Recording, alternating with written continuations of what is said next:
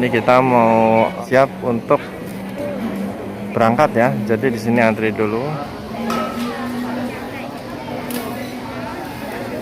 Kita berada di Halo guys, assalamualaikum warahmatullahi wabarakatuh. Gimana kabarnya semua teman-teman? Semoga selalu dalam keadaan baik-baik saja. Oke, kali ini kebetulan ada sebuah kisah ya, kisah seorang Mbak TKW yang bekerja di Hong Kong. Dan kebelakangan ini saya banyak sekali ya mengupload sebuah berita-berita tentang TKI yang bermasalah atau bekerja di Hong Kong. Yang mana kali ini bertemakan seperti ini. Gak betah kerja di Hong Kong sampai hampir putus asa karena gak bisa bahasa. 1 bulan nangis terus, endingnya gak terduga. Nah, jadi ceritanya mbaknya ini gak betah ya kerja di Hong Kong karena mungkin waktu di PT dia nggak belajar atau gimana, dan memutuskan ingin cepat pulang dan merasa nggak betah ya karena emang bahasa nggak bisa, dan otomatis untuk berkomunikasi sama majikan susah ya. Jadi mbaknya ini memutuskan ingin pulang. Namun ternyata setelah berbulan-bulan ada sesuatu yang sangat mengejutkan, yang mana di sini kronologinya. Oke, untuk teman-teman seperti biasa yang belum tekan tombol merah atau subscribe, silahkan tekan tombol merahnya dan aktifkan tanda loncengnya. Karena kenapa? Agar teman-teman selalu mendapatkan notifikasi video terbaru dari Suara TKI. Jadi untuk teman-teman yang belum tekan tombol merah, silahkan tekan dulu ya dan aktifkan tanda loncengnya. Oke, kita lanjut. Sebuah kisah menarik dari seorang tenaga kerja wanita atau TKW asal Indonesia. Davida telah mencuri perhatian dunia maya melalui platform media sosialnya, yaitu di TikTok. Davida, yang juga dikenal sebagai seorang kreator di TikTok, baru-baru ini membagikan kisahnya yang mengharukan tentang pengalaman kerjanya di Hong Kong. Dalam konten yang diunggahnya, Davida mengungkapkan perjalanan emosionalnya saat bekerja di negara tetangga tersebut.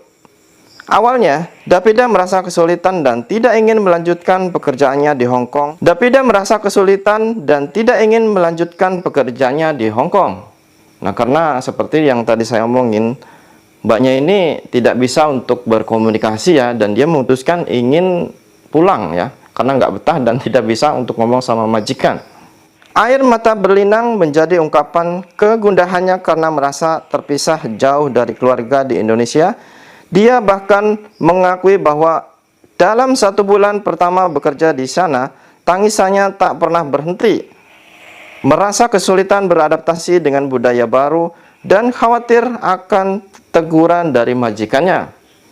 Nah, itu seperti yang tadi saya omongin bahwa dia itu sulit untuk berkomunikasi sama majikan. Dan dia sampai setiap malam itu menangis terus guys ya. Mungkin apa yang harus dia lakukan, dan mungkin setiap majikan ngomong nggak ngerti. Namun di situ mbaknya ini sabar dan terus belajar bahasa. Namun dalam tempo 5 bulan, segalanya berubah drastis bagi Davida. Dia mulai menemukan kenyamanan dan kebahagiaan dalam pekerjaannya di Hong Kong. Davida berhasil belajar bahasa lokal, merasakan kebaikan hati majikannya. Bahkan diakui sebagai bagian dari keluarga majikan tersebut. Keceriaan terpancar dari wajahnya dalam foto-foto yang dibagikannya. Sementara dalam kaptennya, Davida menyatakan bahwa ia tak ingin kembali ke tanah air. Penghasilan besar yang didapatnya setiap bulan dan kebebasan untuk menikmati hari libur menjadi faktor yang membuatnya bahagia.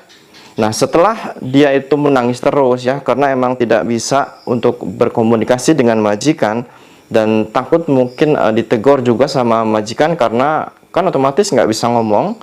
Jadi mungkin disuruh ini justru melakukannya ini, disuruh ngambil itu justru ngambilnya yang lain. Otomatis mbaknya ini seolah-olah putus asa ya, dan setiap malam dia menangis karena ya takut nanti selepas menjelang pagi kan harus beraktivitas. Namun mbaknya ini mungkin susah ya, karena tidak bisa untuk berbicara atau berinteraksi dengan majikan. Namun di sini dituliskan hanya waktu 5 bulan, mbaknya ini belajar dan belajar terus, dan akhirnya dengan semangatnya dan tekadnya untuk selalu belajar bahasa, akhirnya mbaknya ini bisa berkomunikasi dengan majikan. Justru karena dengan mbaknya ini pinter bahasa, yang tadinya takut berinteraksi dan takut dengan majikannya, malah sekarang disayang sama majikan, dan majikan menganggapnya sebagai sebagian dari keluarganya. Dan di samping itu juga Mbak Davida ini merasa senang ya, karena sudah bisa berbahasa, dan majikan justru mengakui dianya itu sebagian dari keluarganya.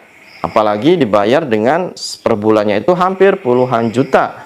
Dan sini dinyatakan bahwa mbaknya tersebut justru sekarang yang tadinya dia ingin pulang terus, sekarang dia menyatakan justru tidak mau untuk pulang. Waduh, gawat juga guys ya kalau sampai nggak pulang. Jadi dari kisah mbak ini bisa untuk menjadi inspirasi atau motivasi untuk teman-teman yang lainnya agar selalu bersabar dan selalu berusaha. Semoga bermanfaat. Saya Roni Saputra, Suara TKI.